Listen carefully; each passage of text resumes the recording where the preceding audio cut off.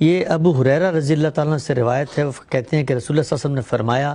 ابن آدم کا ہر عمل اس کے لیے کئی گنا بڑھایا جاتا ہے، یہاں تک کہ ایک نیکی 10 گنا تک اور 10 نیکیاں 700 گنا تک بڑھ جاتی ہیں، لیکن اللہ تعالیٰ فرماتا ہے کہ روزے کا معاملہ اس سے جدا ہے کیونکہ وہ میرے لیے ہے اور میں ہی اس کی جزا دوں گا۔ یہ بتائیے گا کہ اکثر ہم دیکھتے ہیں مختلف روایات میں بات آتی ہے کہ اس موقع پہ آپ نے یہ کام کیا تو اس کا اجر اتنا بڑھ جائے گا، کیا وجہ ہے کہ خاص مواقع خاص ایونٹ پہ اللہ تعالیٰ کی جو رحمت ہے اس کو بہت جوش آتا ہے اور وہ لوگوں پر ایک بے پایاں کرم نوازی کرتے ہیں؟ روزوں کے معاملے میں اللہ تعالیٰ اتنے زیادہ غیر معمولی، ویسے تو وہ ہیں ہی فیاض ہر معاملے میں، لیکن یہاں پر وہ کہتے ہیں کہ اس کا جو حساب ہے وہ میرے ذمہ ہے چونکہ روزے کی جزا میں ہی دیتا ہوں، اس کی کیا وجہ ہے؟ اس سے پہلے جو روایت آپ نے دیکھی اس میں بھی ایک بڑی بشارت تھی، یعنی یہ کہنا کہ من صام رمضان غفر لہ ما تقدم من ذنب من قام رمضان، تو اس کا مطلب یہ ہے کہ روزہ رکھنا، روزے میں قیام کرنا، اللہ کے سامنے اپنے آپ کو پیش کرنا،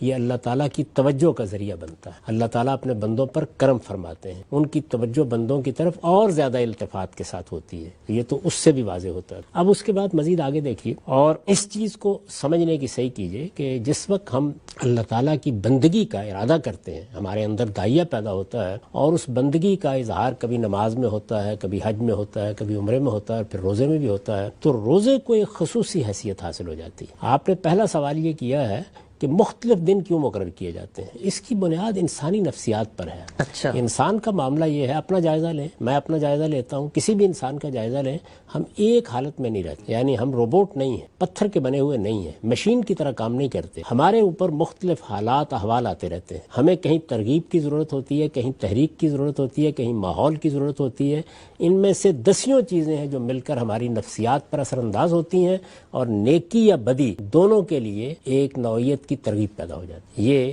آپ انسانی نفسیات کو اگر دیکھیں تو بسا اوقات محض ایک ماحول، محض ایک باز، محض ایک مجلس، محض ایک موقع، محض چند دوستوں کی گفتگو، یعنی کئی عوامل ہیں کہ جو انسان کو برے یا بھلے کسی راستے کی طرف توجہ دلا دیتے ہیں۔ تو اس لیے یہ ضروری ہوا کہ ہر وقت انسان سے یہ توقع نہ کی جائے کہ وہ ایک ہی جیسا رہے گا، چونکہ یہ احوال اس کے اوپر مختلف صورتوں میں آتے رہتے ہیں، تو اللہ تعالیٰ نے بھی یہ پسند فرمایا اور یہ رحمت ہے ان کی کہ اسی طرح سے وہ اپنے التفات کے لیے بھی کوئی دن مقرر کر دیں، یعنی اگر تم ہر وقت میری طرف متوجہ نہیں ہوتے تو چلیے جمعے کے دن ہو جاؤ، اچھا، اگر ہر وقت میری یاد میں نہیں بسر کرتے تو چلیے فلاں فلاں وقت میں میری بارگاہ میں آ جاؤ۔ ویسے تو دیکھیے نا کہ اگر نماز کو بھی آپ دیکھیں تو کس لیے ہے، اقیم الصلاۃ علی ذکری ہے نا، تو اللہ تعالیٰ کی یاد تو ہر وقت ہونی چاہیے اور ہم سے تقاضا بھی یہی کیا گیا ہے۔ قرآن مجید میں یہ فرمایا ہے کہ اٹھتے بیٹھتے پہلوؤں کے بل لیٹے ہوئے اللہ کو یاد کیا کرو، تو اللہ کی یاد ہر وقت ہونی چاہیے، لیکن انسان کیا اللہ کو ہر وقت یاد رکھ سکتا ہے؟ ہم میں سے بہت سے لوگ کمزور ہیں،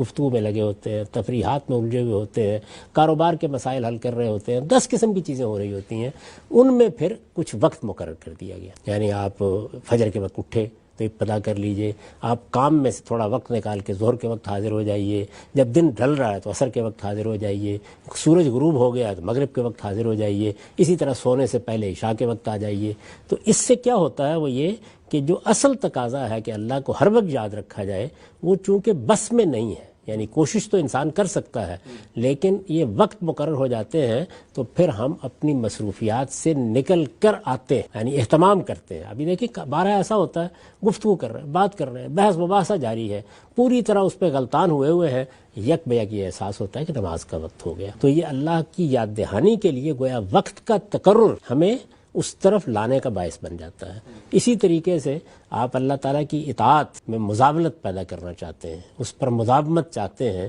تو اس کے لیے ہر وقت آدمی کو اپنے آپ کو تیار کرتے رہنا چاہیے۔ لیکن رمضان کا ایک مہینہ مقرر کر دیا گیا کہ جس طریقے سے آپ انسانوں کو تربیت دیتے ہیں، یہ دیکھا ہوگا آپ نے کہ دنیا بھر میں انسانوں کو مختلف تربیت گاہوں میں سے گزارا جاتا ہے۔ ہماری بیوروکریسی ہوتی ہے، ہمارے بعض دفتروں میں کام کرنے والے لوگ ہوتے ہیں، کاروباری لوگ ہیں، وہ بھی اپنی تنظیموں میں اس کی کوشش کرتے ہیں کہ لوگ اس کام کے ساتھ مناسبت کی تربیت پاتے رہیں۔ تو یہ تربیت دین میں بھی چاہیے، اپنے تزکیے کے لیے بھی چاہیے، اس کے لیے اللہ تعالیٰ نے ایک مہینہ مقرر کر دیا کہ ویسے تو تمہیں ہر وقت اطاعت کی مشق کرنی چاہیے اور یہی مطلوب ہے۔ تقویٰ کوئی ایک مہینے میں نہیں چاہیے، یہ تو اصل میں اٹھتے بیٹھتے کام کرتے لوگوں سے معاملات کرتے ہر جگہ چاہیے، لیکن اس کی تربیت کے لیے 1 مہینہ مقرر کر دیا جائے۔ تو یہ انسانی نفسیات ہے جس کا لحاظ کر کے یہ کیا گیا ہے۔ اب رہی آخری بات کہ اس کا اجر اتنا غیر معمولی کیوں ہے، تو اگر آپ غور کریں تو جو یہ حدیث ہے یہ بہت بڑی حقیقت کو واضح کرتی ہے۔ یہ بتاتی ہے کہ جتنے بھی اللہ کے احکام ہیں ان کے لیے ارج انسان کے اندر موجود ہے، یعنی انسان چاہتا ہے کہ اپنے رب سے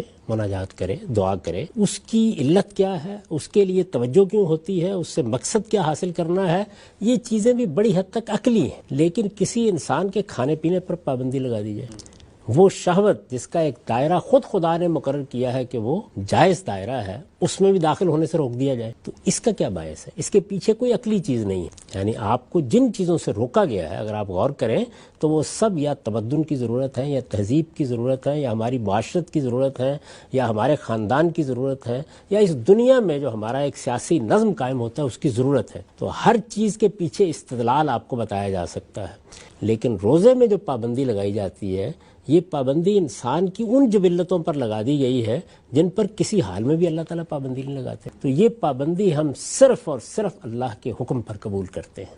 چونکہ یہ صرف اللہ کے لیے، صرف اس کے حکم پر بغیر کسی استدلال کے قبول کی جاتی ہے، تو اللہ تعالیٰ فرماتے ہیں کہ اس کا اجر پھر میں ہی دوں گا۔ الصوم لی وانا اجزی بہ، روزہ میرے لیے ہے، میرے لیے ہے، مطلب یہ ہے کہ اس کے پیچھے نہ کوئی ماضی کا استدلال، نہ کوئی حال کا استدلال، نہ کوئی مقصد اور علت کا معاملہ، کچھ بھی نہیں۔ ایسی چیز ہے کہ جس کو آپ صرف رب کے حکم پر کرتے، ہر چیز کے لیے کچھ نہ کچھ ماضی حال میں استدلال، کچھ نہ کچھ انسانی زندگی میں استدلال پیش کیا جا سکتا ہے، لیکن یہ کہ میں کھاؤں گا نہیں، میں پیوں گا نہیں، میں بیویوں کے قریب نہیں جاؤں گا، صرف اللہ کے حکم پر، تو پھر اس کا اجر بھی وہی دیتا ہے۔